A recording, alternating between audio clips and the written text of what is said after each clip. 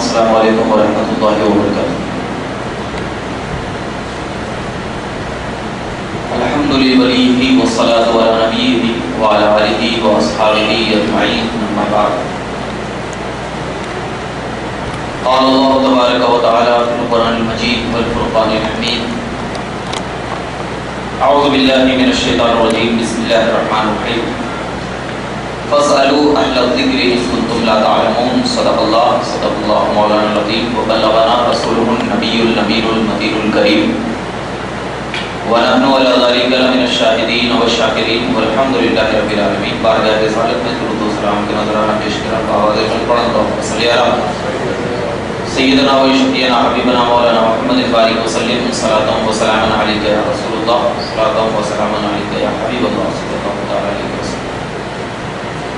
حضرات گرامی، گزشتہ اتوار جیسا کہ میں نے آپ کے سامنے بیان کیا تھا کہ اجتہاد کیا چیز ہے، مجتہد کسے کہا جاتا ہے، تو اسی کے پیش نظر جب آپ کو یہ بات معلوم ہو گئی کہ مجتہد ہے، ہم ان کی تقلید کرتے ہیں اور ان کے قول کو بغیر کسی دلیل کے مان لیتے ہیں، یعنی ہمارا یہ تصور رہتا ہے کہ ہم الحمدللہ ایک مقلد ہیں، تقلید کرنے والے ہیں، اور ہم امام کے فالوور ہیں کہ امام نے جو مسائل نکال کر قرآن و حدیث سے ہم تک پہنچایا، تو ہمارے اندر اتنی سکت نہیں کہ ہم ان مسائل کو غور و خوض کر کے قرآن کریم سے نکال سکیں۔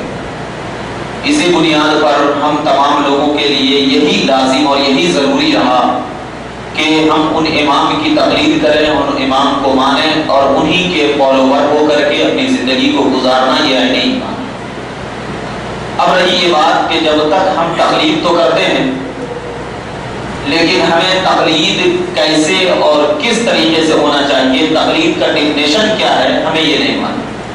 کوئی ہمارے پاس آ کر سوال کرتا ہے کہ تقلید کہاں ہے، اس کا ثبوت کہاں ہے، تقلید کرنا کہاں سے ہے، تو آج جو آپ کے سامنے بیان کیا جائے گا وہ سارے کے سارے جو موضوع ہے تقلید کے بارے میں، یعنی تقلید کیسی ہونی چاہیے، تقلید کا معنی کیا ہے، تقلید کا ڈیفینیشن کیا ہے، کہ جب یہ چیز آپ کے ذہن و دماغ میں رہے گی تو انشاءاللہ تبارک و تعالیٰ پھر آپ کے پاس کوئی بھی آ کر کے سوال کرے گا تو آپ قرآن و حدیث سے اس کا جواب دے سکیں۔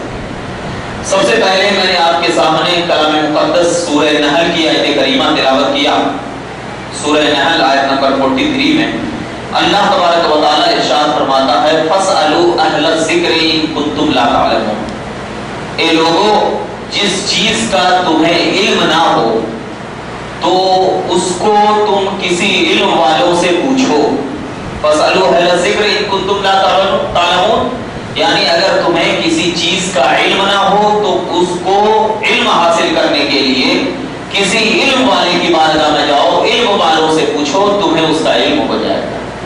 اس آیت کریمہ میں اور دوسری آیت کریمہ ہے لیکن اس کو بعد میں بتاؤں گا، اس آیت کریمہ سے یہ بات معلوم ہو رہی ہے کہ اگر ہمیں کسی چیز کا علم نہ ہو تو ہم کسی علم والوں سے پوچھیں۔ اب اللہ تبارک و تعالیٰ نے کلام مقدس میں بھی حکم دیا کہ علم والوں سے پوچھیں، اگر وہ بات بتا دیں، علم والے تمہیں کوئی بات بتا دیں تو اب ان کی بات کو مان لینا ہمارے لیے ضروری ہے۔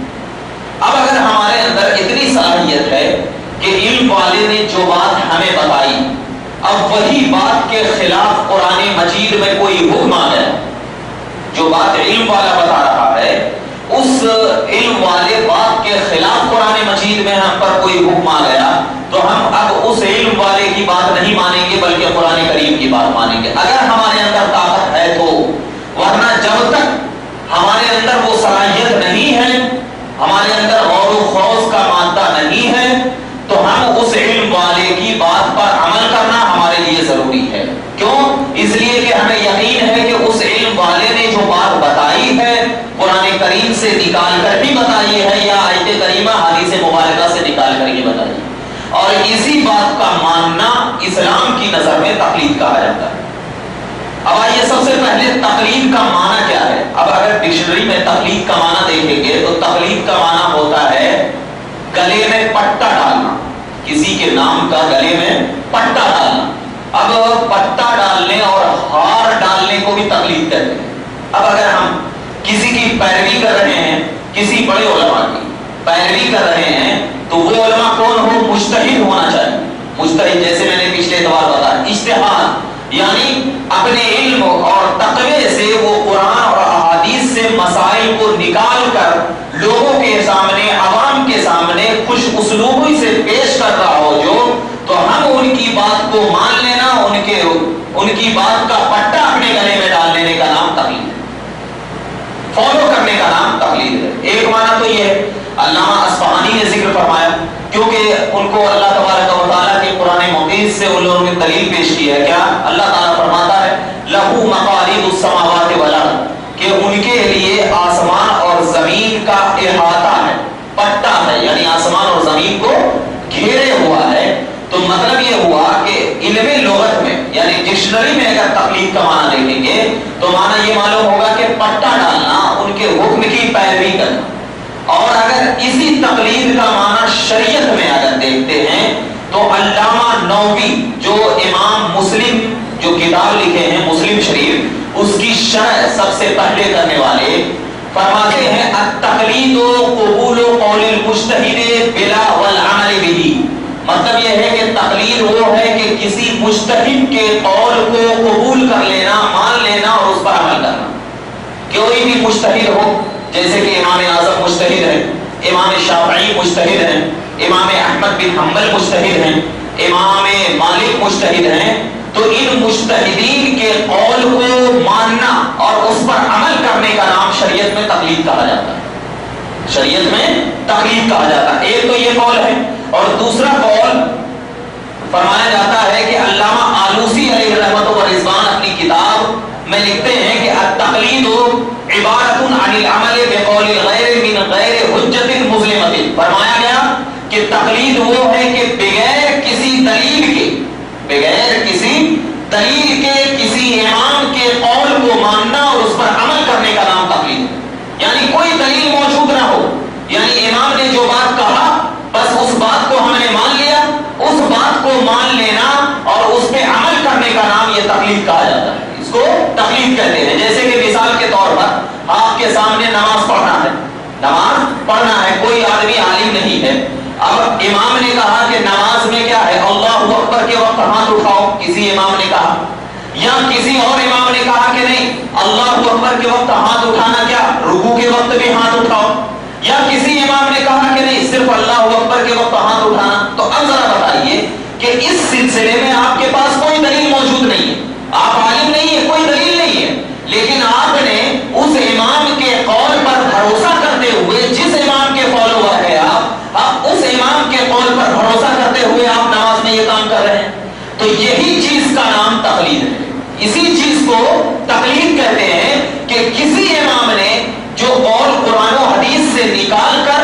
ہم عوام اہل سنت کے لیے پیش کر دیا، تو ہم اس قول کو بغیر کسی دلیل کے مان لینے کا نام تقلید ہوا کرتا ہے۔ اور یہ تمام جتنے بھی لوگ ہیں، جو لوگ غیر مقلد ہیں نا، وہ بھی تقلید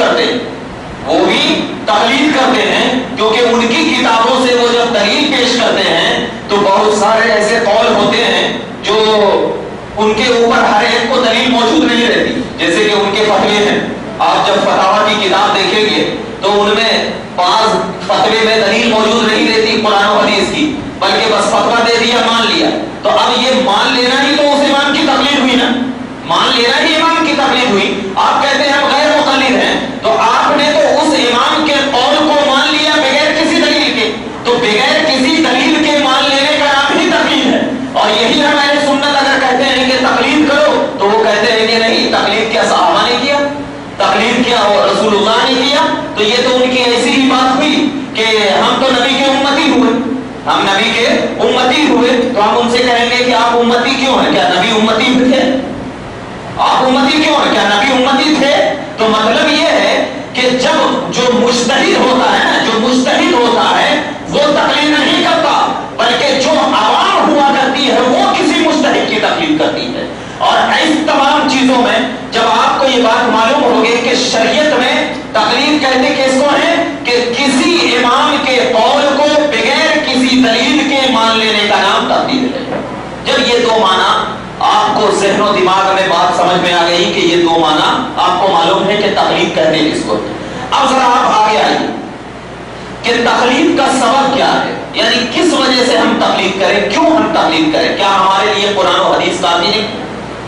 کیا ہمارے لیے قرآن و حدیث کافی نہیں؟ تو اب ذرا دیکھیے تقلید کا سبب یہ ہے کہ قرآن و حدیث میں ہی سب کچھ ہے، قرآن و حدیث میں ہی سب کچھ ہے، لیکن ہم تقلید اس لیے کرتے ہیں کہ تاریخی طور پر، یعنی تاریخ میں جو طور لکھا ہوا ہے، آپ تاریخ کی کتاب دیکھیں گے، ہسٹری کی کتاب پڑھیں گے تو اس میں آپ کو معلوم ہوگا کہ تاریخی طور پہ تقلید کا آغاز اس زمانے میں ہوا جب مذاہب فقہا کی تدوین ہوئی، یعنی فقیہ جو تھے، مفتی جو تھے، ان کو جب تدوین ہوئی دور میں ان کو ابھارا گیا. تدوین کا مطلب جب وجود میں آئی، فقیہ کا مذہب جب وجود میں آیا تو اس بات پر اب تمام کا علماء کا اتفاق و اجماع ہو گیا کہ ان میں سے کسی ایک کی تقلید کرنا، کسی ایک کو ماننا ہمارے لیے ضروری ہے.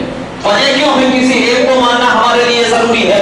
اس لیے ضروری ہے کہ قرآن میں جب ہم دیکھتے ہیں تو بہت ساری ایسے آیت کریمہ ہے کہ جو ایک لفظ ہے قرآن میں، لیکن کیا ہے اس ایک لفظ کا معنی دو ہے، اس ایک لفظ کا معنی دو ہے. تو ہم عوام کو اس ایک لفظ کے معنی کو متعین کرنے کے لیے کسی نہ کسی دلیل کی ضرورت پڑتی، کیونکہ ایک لفظ ہے قرآن میں اور جب اس کے معنی دو ہیں تو اس معنی کو کسی ایک کو متعین کرنے کے لیے کسی دوسرے قرآن کی آیت کی دلیل ہونا ضروری ہے. اور ہم تو عالم نہیں ہیں کہ ہم ایک آیت میں معنی کو بیان کرنے کے لیے کسی دوسرے آیت کو ہم لا کر کے اس کی دلیل پیش کریں. کوئی ہے ایسا؟ کوئی ہے؟ آپ کہیں گے کہ وہ عالم ہے تو ہم وہی تو کہہ رہے ہیں کہ اس عالم کی تقلید کرو، اس عالم کی پیروی کرو، اس عالم کی پیروی کرو. جیسے کہ ایک مثال میں دیتا ہوں قرآن مقدس کی کہ اللہ تبارک و تعالیٰ نے فرمایا وَالْمُطَلِّقَاتُ يَتَرَبَّصْنَ بِأَنفُسِهِنَّ ثَلَاثَةَ قُرُوءٍ. اللہ فرماتا ہے کہ طلاق والی عورتیں، یعنی جس عورت کو طلاق دے دی جائے، جو عورت طلاق شدہ ہو تو اپنے آپ کو روکے رکھے. وَالْمُطَلِّقَاتُ يَتَرَبَّصْنَ، مطلقات طلاق والی عورت ہے، يَتَرَبَّصْنَ روکے رکھے بِأَنفُسِهِنَّ اپنے آپ کو ثَلَاثَةَ قُرُوءٍ، کتنے تک؟ 3 قروء تک. کتنے دن تک روکے رکھے؟ 3 قروء تک. اب ذرا اس قروء لفظ قرون کا معنی آپ اگر ڈکشنری میں دیکھیں گے تو معنی یہ ملے گا آپ کو، ایک معنی ہوتا ہے حیض، حیض کا معنی پیریڈ کا موسم، حیض کا معنی پیریڈ، اور ایک معنی ہے طہر، طہر کا معنی پاکی کا عالم.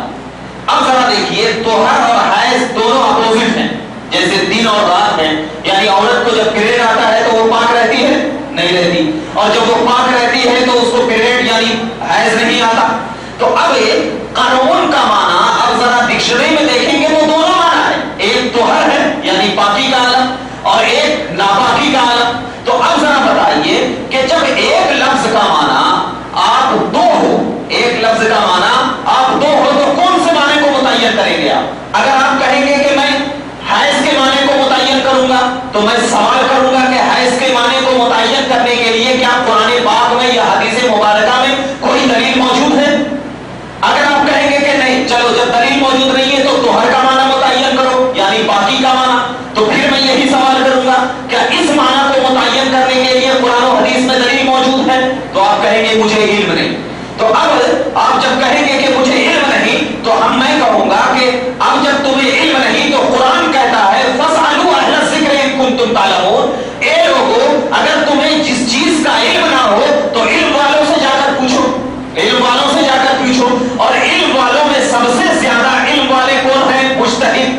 اور وہ مجتہد ہیں جو قرآن سے مسائل کو نکال رہے ہیں، جو حدیث سے مسائل کو نکال رہے ہیں. تو اب ذرا دیکھو کہ ان مجتہد نے کہ اگر قروء کا معنی حیض متعین کیا تو کسی نہ کسی دلیل سے متعین کیا ہوگا، یا اگر کسی نے اگر قرون کا معنی طہر متعین کیا تو کسی نہ کسی دلیل سے متعین کیا. اب اگر امام اعظم نے، جب امام اعظم کی بارگاہ میں یہ مسئلہ پیش ہوا تو امام اعظم نے قرون کا معنی حیض لیا، قرون کا معنی کیا لیا؟ حیض لیا. اور امام شافعی نے قرون کا معنی طہر لیا، قرون کا معنی طہر لیا، یعنی عورتیں اپنے آپ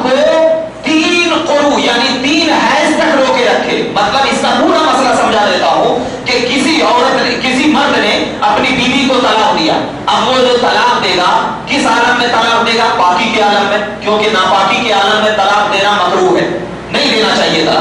اگر دے دیا تو کوئی حرج کی بات نہیں, لیکن نہیں دینا چاہیے. تو اگر توہر میں طلاق دیا, توہر میں جب طلاق دیا یعنی پاکی کے عالم میں, تو اللہ نے فرمایا ثلاثہ قروء, یعنی 3 توہر, 3 پاکی تک. اور یہ جو لفظ ثلاثہ ہے یہ ایک ایسا لفظ ہے کہ 3 کے ذرہ بھی اگر کم ہو جائے تو ثلاثہ پر عمل نہیں ہوگا, کیونکہ ثلاثہ کا میننگ ہوتا ہے 3. اگر 3 میں سے ذرہ بھی کم ہو گیا تو اب اس کو 3 نہیں کہیں گے, 2 کہیں گے اور کچھ کہیں گے, ہے نا. تو ثلاثہ پر عمل کرنے کے لیے لازم یہ آئے گا کہ ایسا شخص اگر توہر میں یعنی پاکی کے عالم میں اگر اس نے, اور پاکی کے عالم میں اگر اس نے طلاق دیا ہے, تو اب اگر پاکی کے عالم میں طلاق دیا اور قرون سے مراد توہر یعنی پاکی لیا جائے تو لفظ ثلاثہ پر عمل نہیں ہوگا. کیسے عمل نہیں ہوگا؟ اس لیے کہ جب اس نے طلاق دیا ہوگا تو توہر کا یعنی پاکی کا کچھ نہ کچھ حصہ تو گزر گیا ہوگا طلاق کے وقت, کچھ نہ کچھ حصہ تو طلاق کے وقت گزر گیا ہوگا. تو امام اعظم کہتے ہیں کہ اللہ نے ثلاثہ قرائن کا, قرون کا معنی بتا کر اس بات کی طرف تصریح کر دیا کہ یہاں پر قرائن سے مراد حیض ہے. تو اگر توہر میں اس نے طلاق دیا, اس کے بعد حیض آیا, پھر توہر آیا, پھر اس کے بعد حیض آیا, پھر توہر آیا, پھر حیض آیا, تو لفظ ثلاثہ پر عمل ہو جائے گا. اب ذرا بتائیے کہ ان چیزوں کو متعین کرنے کے لیے ایک عالم مبحر کا ہونا ضروری ہے. ہمارے اندر اتنی طاقت نہیں کہ ہم قرآن سے ڈائریکٹ مسائل نکال لیں, تو لہٰذا ہم نے جو حیض کو متعین کیا بغیر کسی دلیل کے, ہم نے اس امام کے قول کو مان کر اس پر عمل کر لیا اور اسی امام کے قول کو ماننے کو تقلید کہتے ہیں. اب اگر امام شافعی کہتے ہیں توہر, تو انہوں نے بھی کچھ قیاس کیا ہوگا, انہوں نے بھی کچھ قیاس کیا ہوگا, تو ان کے ماننے والوں نے بھی ان کی بات مان کر بغیر کسی دلیل کے ان کی بات ماننا انہیں اوپر ضروری ہے. تو اب ذرا بتائیے کہ اگر ہم تقلید نہیں کریں گے تو کیا ہمارا گزارا ہوگا اس زمانے میں؟ نہیں ہو سکتا. کیوں؟ اس لیے کہ صرف نام کے غیر مقلد ہونا ضروری نہیں ہے, نام کے غیر مقلد ہونا ضروری نہیں, کیونکہ غیر مقلد ہونے کے لیے ہر چیز کو چھوڑ دینا ہے. تقلید اس کو کہتے ہیں. تو معلوم یہ ہوا کہ اب ذرا دیکھیے کہ جو ان پڑھ عوام ہے, جاہل ہے, اس کو کسی چیز کا علم نہیں ہوتا, تو اسی بنیاد پر وہ ان پڑھ جاہل امام کسی امام کی تقلید کرتی ہے اور بغیر کسی دلیل کے ان کو فالوور ہوتی ہے, اور اسی کا نام تقلید کہا جاتا ہے. اب جو سوال کریں کہ ٹھیک ہے بھائی, ان پڑھ کے لیے تو عالم کے لیے بھی نہیں ہونا چاہیے تقلید, کیونکہ ان کو تو علم ہوتا ہے. تو میں ان کو کہتا ہوں کہ عالم تو ہوتا ہے, لیکن ذرا بتاؤ کہ یہ جو عالم بنا یہ کس کے مسئلے کو پڑھ کر عالم بنا, کس کے مسئلے کو پڑھ کر عالم بنا؟ یہ تو انہی کے مسئلے کو پڑھ کر عالم بنا نا, جن کی ہم تقلید کرتے ہیں. تبھی تو اس کو معلوم ہوا نا کہ یہ قول صحیح ہے, یہ قول غلط ہے, یہ فلاں ضعیف ہے, یہ فلاں حدیث ہے. اور ایک چیز میں بتا دیتا ہوں کہ آج بہت سارے غیر مقلد کہتے ہیں کہ بس قرآن و حدیث چاہیے, لیکن جب ہم حدیث پیش کرتے ہیں تو وہ کہتے ہیں کہ یہ ضعیف ہے, یہ صحیح ہے. اب اس کو بتائیے, کیا صحابہ اور رسول کریم کے زمانے میں حدیث ضعیف اور حدیث صحیح کا دور تھا؟ نہیں تھا نا. یہ میں اس کی تاریخ بتاتا ہوں. حضرت امام شافعی رحمۃ اللہ تعالی علیہ کا جب انتقال ہو گیا 200 ہجری کے بعد, 200 ہجری کے بعد لوگوں میں کیا ہے, جھوٹی باتیں پھیلنے لگی. تو اب اس وقت اس کا دور شروع ہوا کہ یہ حدیث ضعیف ہے اور یہ حدیث صحیح ہے, یہ حدیث ضعیف ہے اور یہ حدیث صحیح ہے. تو سب سے پہلے جو حدیث صحیح اور حدیث ضعیف کا پیداوار ہوا وہ امام شافعی رضی اللہ تعالیٰ عنہ کے بعد ہوا. تو اب اگر جو کہتے ہیں کہ قرآن و حدیث کافی ہے, تو سب سے پہلے اپنی زبان سے حدیث صحیح اور حدیث ضعیف کو نکالو, کیونکہ یہ تو بات کی پیداوار ہے. اور جب یہ بات کی پیداوار ہے تو یہ حدیث ضعیف کہنا اور یہ حدیث صحیح کہنا یہ نہ کسی صحابہ نے کہا اور یہ نہ نبی کریم نے کہا, بلکہ کسی نہ کسی امام نے کہا, اور تم نے اس امام کی تقلید کر کے ان کی بات کو مان لیا بغیر کسی دلیل کے, بغیر کسی دلیل کے. اور یہی بغیر کسی دلیل کے مان لینا ہی تقلید کہا جاتا ہے. تو لہذا ہم جو اہل سنت تقلید کرتے ہیں اس کی وجہ یہ ہے کہ ہم تمام کے اندر صلاحیت نہیں ہے کہ ہم اپنے سے مسائل کو نکال سکیں. اور اللہ نے فرما دیا ہے کہ اگر تمہیں کسی چیز کا علم نہ ہو تو علم والوں سے پوچھو, علم والوں سے پوچھو. تو قرآن بھی تقلید کا حکم دے رہا ہے کہ تم اس علم والے کے پیچھے جاؤ, وہ جو تمہیں کہہ دیں وہ تم ان کی بات کو مانو, ان کی بات پر عمل کرو, کیونکہ وہ لوگ جو کہتے ہیں وہ وہی کہتے ہیں جو قرآن کہتا ہے, جو حدیث کہتا ہے. اب آئیے تقلید کی تو ہمیں کتنی ضرورت ہے، ان باتوں سے آپ کو اندازہ لگ گیا ہوگا۔ اب ذرا بتائیے کہ تقلید جو کہا گیا بغیر کسی دلیل کے، بغیر کسی دلیل کے ان کی بات کو مان لینے کا نام تقلید ہے، لیکن اس میں ہرگز یہ خیال نہیں رہنا کہ ہمارے ذہن میں یہ بالکل یہ بات نہ ہو کہ بغیر کسی دلیل کی جو قید لگائی گئی ہے تقلید کے بارے میں، ایسا نہ ہو کہ اگر وہ امام قرآن کے خلاف بھی بول رہا ہو تو ہم ان کی بات مانیں گے، ایسا نہیں، بلکہ بغیر کسی دلیل کے مان لینے کا مطلب یہ ہے کہ ہمارے اندر وہ طاقت نہیں ہے، وہ امام قرآن و حدیث کے مطابق ہی کچھ کہتا ہوگا تب ہم مان لینا ہے۔ ایسے ذہن میں نہ رکھنا کہ وہ امام اگر قرآن و حدیث کے خلاف بول رہا ہے تو ہم اس کی بات مانیں گے، ایسا نہیں، وہ قرآن و حدیث کے مطابق بولا ہے تب وہ چیز مانی جائے گی۔ اور ایک چیز کا یہ خیال رکھا جائے گا کہ عقیدے میں کسی کی تقلید نہیں کی جائے گی، عقیدے میں، یعنی عقیدے میں مطلب یہ ہے کہ اب یہ نہیں دیکھا جائے گا کہ نبی کریم صلی اللہ علیہ وسلم کو علم غیب تھا یا نبی کریم صلی اللہ علیہ وسلم کو حاضر و ناظر تھے یا نبی کریم صلی اللہ علیہ وسلم مالک و مختار ہیں۔ اب ان چیز کو دیکھنے کے لیے کسی امام کی ضرورت نہیں، بلکہ ان چیز کو دیکھنے کے لیے قرآن و حدیث کافی ہے۔ تقلید جو ہوا کرتی ہے وہ صرف اور صرف مسائل میں تقلید ہے، مسائل میں تقلید ہے، اور وہ شخص اس کے اوپر تقلید واجب نہیں ہے جو شخص کے پاس، جس شخص کے پاس علم نحو، علم صرف، اصول حدیث، قرآن، علم تفسیر، ان چیزوں کا ایسا علم ہو کہ ان چیزوں کے علم سے خود سے مسائل نکل رہا ہو تو اب ان کے اوپر تقلید واجب نہیں۔ تقلید کن پر واجب ہے؟ جن کے اوپر کسی بھی چیز کو، مسائل کو نکالنے کا کوئی ذریعہ نہ ہو، بلکہ وہ کسی امام کی پیروی کر رہا ہو تو اس کی تقلید کرنا ہمارے اوپر ضروری ہے۔ جیسے کہ ہم دیکھتے ہیں کہ ایک امام نماز پڑھاتا ہے، ایک امام نماز پڑھاتا ہے، ہم اس کو بولتے ہیں اقتدیت بہذا الامام، میں نے اس امام کی پیروی کی، اس امام کی تقلید کیا۔ اب اگر ہم اس امام کی جو تقلید کیا کس بھروسے پر کیا کہ امام الحمدللہ رب العالمین پڑھ رہا، ہم خاموش بھی رہیں گے تو ہماری نماز ہو جائے گی، ہم نے بھروسہ کیا نا، ہم نے بھروسہ کیا۔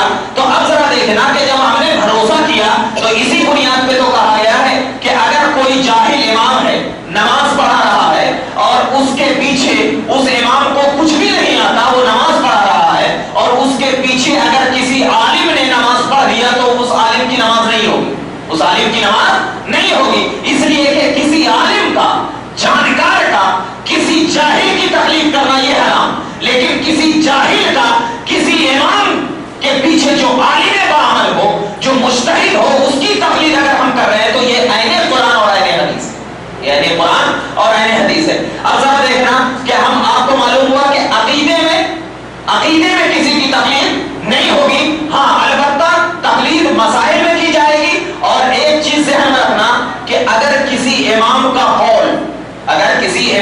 قول حدیث صحیح کے خلاف ہو، یعنی کوئی امام جیسے امام اعظم رحمۃ اللہ تعالی علیہ ہے یا امام شافعی ہے، کوئی بھی ہو کہ جس کی ہم تقلید کرتے ہیں، ہم تقلید امام اعظم کی کرتے ہیں، بعض لوگ امام شافعی کی کرتے ہیں، بعض امام احمد بن حنبل کی کرتے ہیں، بعض کس کی اور کی کرتے ہیں۔ تو اب ذہن میں رکھنا کہ اگر کسی امام کا قول صحیح حدیث کے خلاف ہو تو ہم اس امام کے قول کو چھوڑ کر صحیح حدیث کی پیروی کریں گے، اتنا ذہن ہے۔ مگر کیونکہ امام اعظم نے خود فرمایا کہ اگر میرا کوئی قول حدیث صحیح کے خلاف آ جائے تو اس حدیث صحیح کو لے لینا اور ہمارے قول کو چھوڑ دینا، ہمارے قول کو کیا کر دینا، چھوڑ دینا۔ یہ امام اعظم نے کیوں فرمایا؟ اس لیے کہ جس کے اندر پاور ہوتی ہے نا، صحیح حدیث کے خلاف آ جائے۔ جیسے میں ایک بات بولتا ہوں، میں جو یہاں پر بیان کر رہا ہوں، اگر کسی کو یہ بات اچھی نہ لگے تو میرے قول کو مت لینا، کیونکہ مجھے یقین ہے کہ میں جو بولوں گا قرآن و حدیث سے بولوں گا اور قرآن و حدیث کی بات اچھی لگے گی،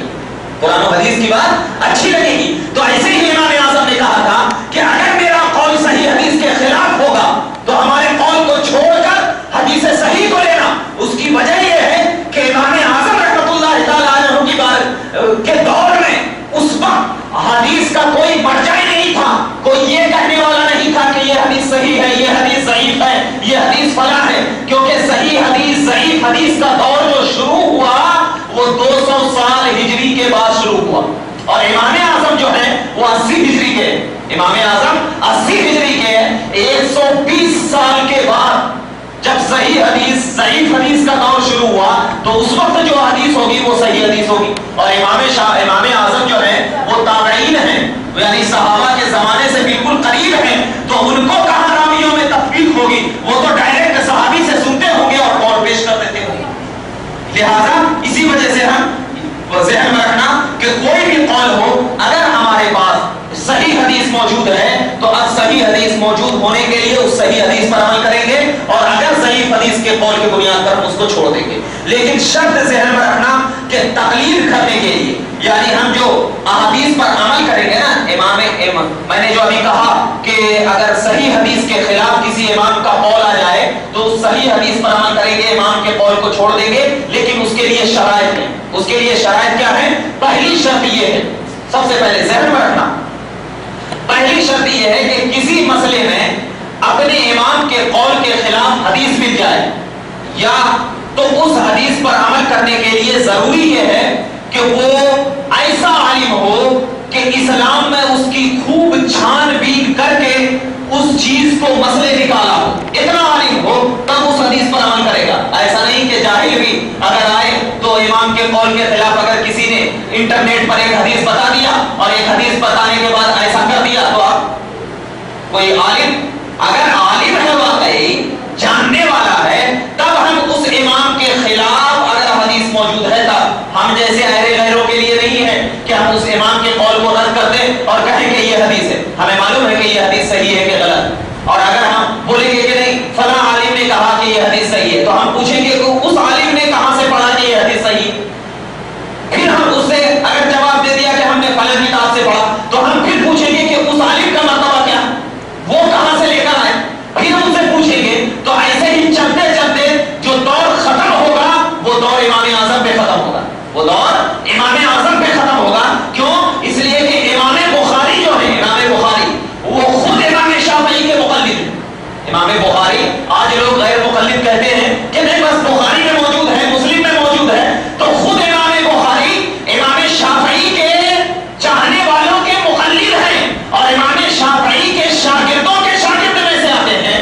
تو جس کتاب سے تم حدیث پیش کرتے ہو اور اپنے آپ کو غیر مقلد کہتے ہو, ارے جس کتاب سے تم نے حدیث پیش کی ہے وہ کتاب کے عالم تو خود مقلد ہوئے, خود مقلد ہوئے. تو ایک طرف تم تقلید کا ڈھنڈورا پیٹ رہے ہو اور ایک طرف اپنے آپ کو غیر مقلد کہہ رہے ہو.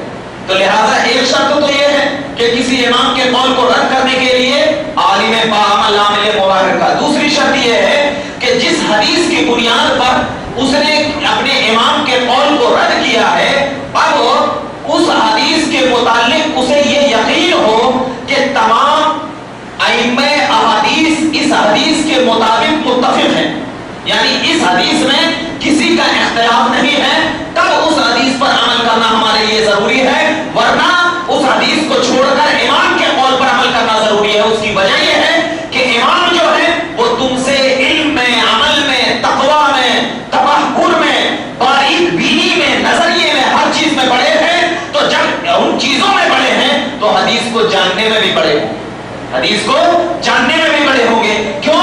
اس لیے کہ آج اگر ہم تقلید نہیں کریں گے نا, تو آج ہم اگر تقلید نہیں کریں گے تو ہم اس دنیا میں جی ہی نہیں سکتے.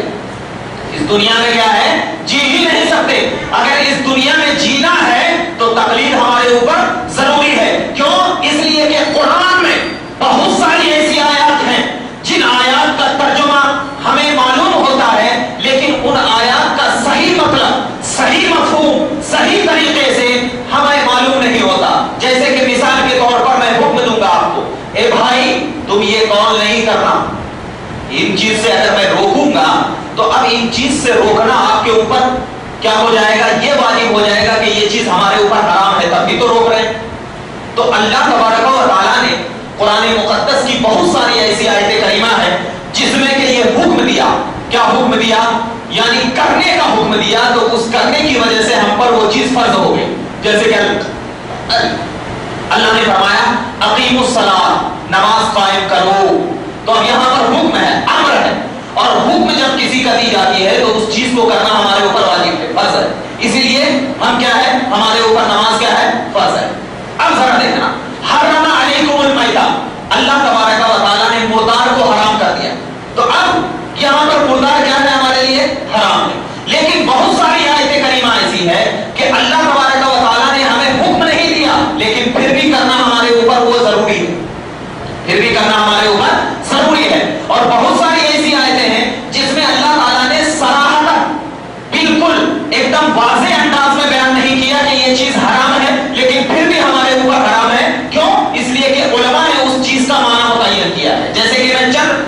مثالیں آپ کے سامنے دیتا ہوں کہ جیسے دیکھیے اللہ تبارک و تعالیٰ نے قرآن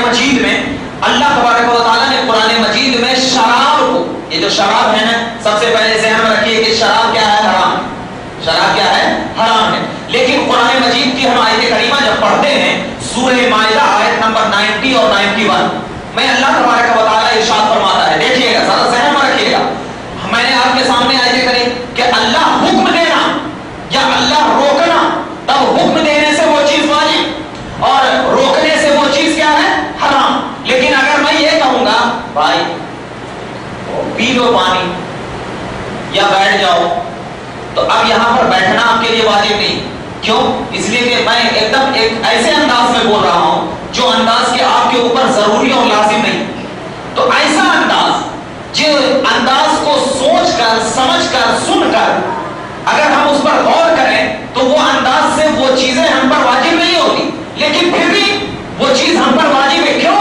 اس لیے کہ ان اسلوب کو، اس طریقے کو جب علماء نے دیکھا تو انہوں نے باریک بینی سے جب قرآن کا مطالعہ کیا تو انہوں نے یہی سمجھا کہ اللہ تبارک و تعالیٰ نے اس کلام مقدس میں ان چیزوں کو بیان کرنے پر ہم پر حرام فرمایا۔ جیسے دیکھیے قرآن میں ہے یا ایھا الذین آمنوا انما الخمر والمیسر والانصاب والازلام رجس من عمل الشیطان، اور آگے فرماتا ہے فاجتنبوہ لعلکم تفلحون انما یرید الشیطان ان یرقع بینکم العداوۃ والبغضاء فی الخمر والمیسر ویصدکم عن ذکر اللہ وعن الصلاۃ فہل انتم منتہون۔